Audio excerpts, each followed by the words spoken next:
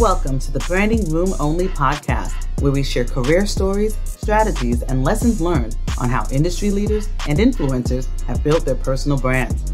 Now, let's get started with the show. Hi, all, and welcome back to Branding Room Only. I am your host, Paula Edgar, and thank you for joining me for the final part of our series on petty branding. So in the last two episodes, which many of you have reached out about, we explored what petty branding is, and I shared my personal story of a time when I didn't show up the way I normally do in my brand, triggered by the actions of a new leader who I was collaborating with. If you haven't had a chance to listen to the first two episodes of the petty branding series, do go back and listen to them. It'll help you give you the context that you need for this one. So today, I want to discuss with you the critical role of feedback in support in navigating petty branding and how it helps to realign actions with our brand values. So many of you know that as a speaker and consultant, I often will work with leaders and do trainings around feedback. Feedback is, I think, one of the key things that helps individuals and organizations to thrive when there's a feedback culture. It's essential for growth and improvement, both personally and professionally, and it can serve as a mirror, reflecting back the aspects of ourselves that we may not readily see. Constructive feedback, which we all love, right? Just kidding. Constructive feedback helps us to see our blind spots and areas where we may not be living up to our potential or what our brand goals are. Because of that, trusted colleagues and mentors, they can play a vital role in providing feedback. The folks who are stakeholders in your lives, their insights and perspectives can help us stay aligned with our goals and personal brand values. Now, that being said, as I mentioned before, receiving feedback is not always easy, but it's crucial for realigning our actions with our brand values and our brand goals. So when we receive feedback, we gain that external perspective that can help highlight a disconnect or discrepancies between how we perceive ourselves and how we want to show up and how we are actually showing up and others might be perceiving us. And it's important to have that realignment. It's crucial for maintaining a brand that is authentic and credible in our professional and personal lives. The impact of feedback on personal and professional growth and development cannot be overstated. So by embracing feedback, which I know is not easy, we open ourselves up to continuous learning and improvement and to really realigning ourselves with where we want to be and who we say we are.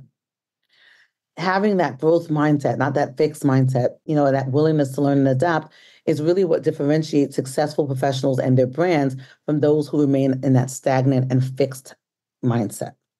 Also, feedback can serve as a preventative measure against petty branding behavior, right? When we're open to receiving feedback, we're less likely to engaging in actions that are driven by our ego or our personal motives. Instead, we can focus on the strategy and the strategic decisions that we have made and are continuing to make to align our actions with our long-term brand goals and values. So with that as our background, let me go ahead and tell you the final part of the situation that I described in the last episode. So as you recall, I said I showed up a little bit tired, combative, and frustrated in the situation. Again, if you don't know what I'm talking about, go back to the other two episodes, which are short. When that happened, a trusted colleague who was in the meeting that I described in the last podcast, she basically said, I want to talk to you about your behavior. So she had witnessed my behavior and she reached out and said, I want to give you some feedback. So initially, I was defensive. I got to tell you, I am used to getting good feedback, right? Like I tell people about feedback. I talk to them about how to do it. So I'm not used to being in a situation where I'm getting feedback that is constructive, that is not what I'm expecting to hear. So I was initially defensive, right? Which is, I think, a natural state of being when somebody, confronts us with something that we're not expecting and talking about some way we didn't show up or shortcomings that we may have had.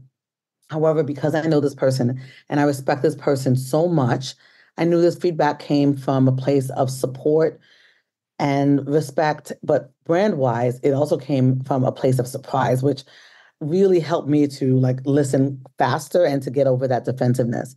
So I took some time to reflect on what she was saying to me and began to realize that there was a lot of truth in what she said, what her observations were. That reflection was crucial in helping me to understand where I went wrong and what I needed to change going forward. But I'm going to just keep it real with y'all, which I try to always be. Receiving this feedback was a very humbling experience. It reminded me that no matter how experienced we are, how great we think that we are, that we all have moments where we falter. And the key is to recognize these moments and to use them as opportunities for growth and improvement. So, realigning my brand and my actions required some humility and some reflection, some self awareness, and being open and having a growth mindset and being willing to change. So, here are the steps that I took in order to do so. So, acknowledgement, I acknowledged my misstep and I took full responsibility for my actions. I did. Reflection, I reflected on the feedback, which was given with love and concern, and understood the impact of the behavior that I showed on my brand and those around me. And then I developed an action plan to improve my behavior and ensure that I showed up in a way that aligned with my values going forward.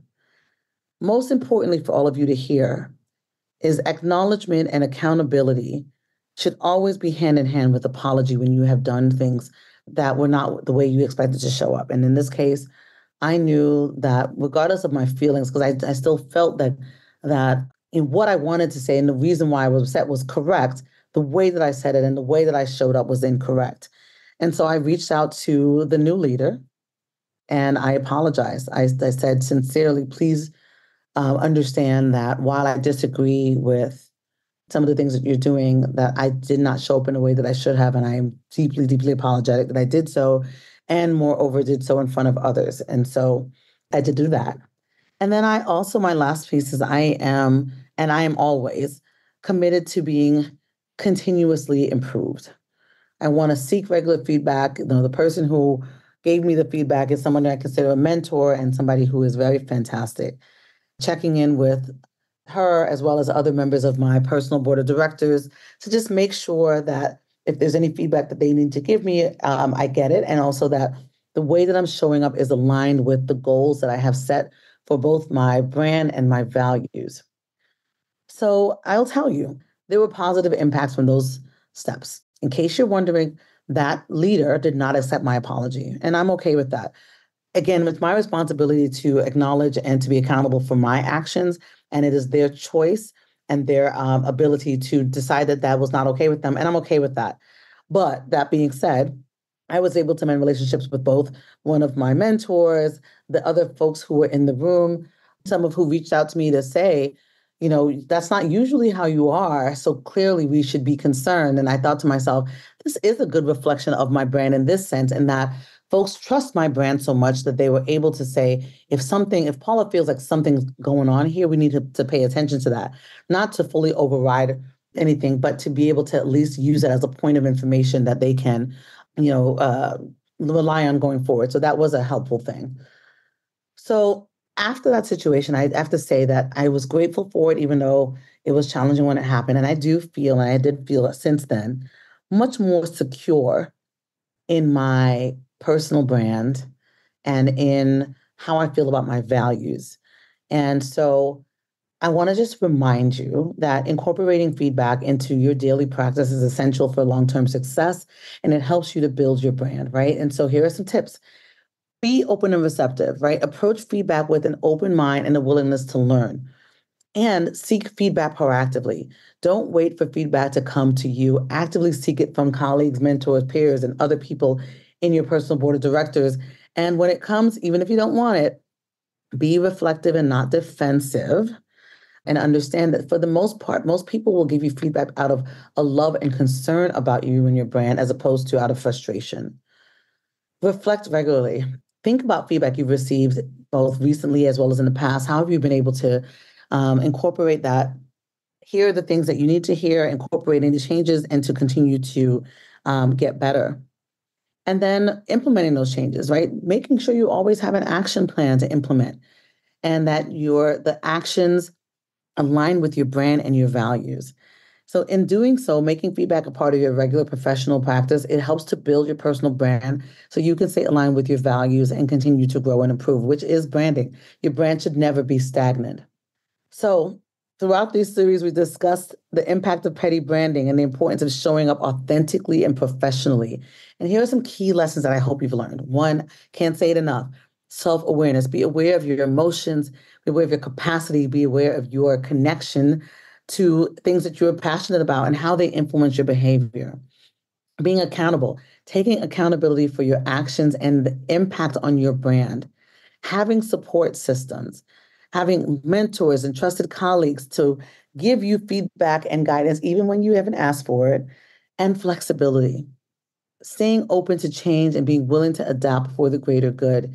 All of those help your brand. And so that if you don't show up, if you show up as a petty brander, or if you show up as a result of someone else's petty branding in a way that you don't want to, you have something that you can rely on, those steps. And remember, feedback is a powerful tool for preventing and addressing petty branding. It helps us to stay aligned with our values and ensures that we continue to show up in the best possible way. That's what branding is. It's always striving for excellence. And remember, even those of us like myself who literally live, breathe, and think about branding all the time, we can have slip ups, right? We're human. The key is to learn, adapt, and grow from these experiences, which I'm pleased to say that I have. So I want to thank you for joining me for part 3 of the Petty Branding series. I hope that you have found these discussions insightful and helpful. But I want to know, a lot of you reached out after the last 2. I want to know from you, have you found yourself in a similar situation? If so, how did you handle it? I want to hear your stories and your feedback. Feel free to reach out to me on any of the platforms that I am. I love when you reach out on LinkedIn. Send me an email to info@paulaedgar.com. Send me something on any other platform or go onto my website and use the Ask Paula link. Any of those things will help. But as usual, please like, download, share, and rate this podcast with your friends, colleagues, family, and anyone who needs to hear it or is petty themselves. And stay tuned for the next episode where we will continue to explore personal branding and share more valuable insights from leaders and influencers. And remember, for now, y'all, stand by your brand. Talk to you soon.